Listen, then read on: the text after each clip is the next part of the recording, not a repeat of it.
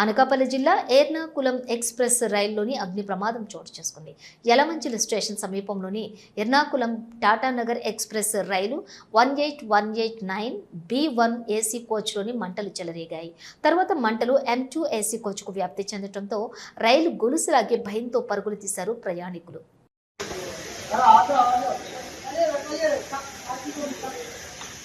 బాబా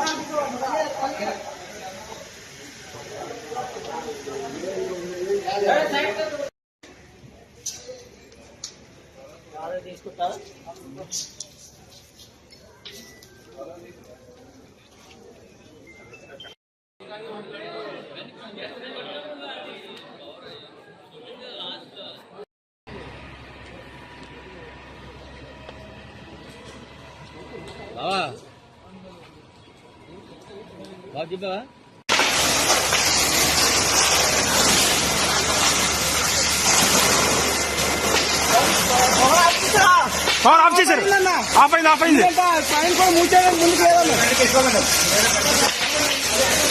అన్న ఇంకో బండి కంటే ఫోన్ చేయమట్లేదు. హెల్మెట్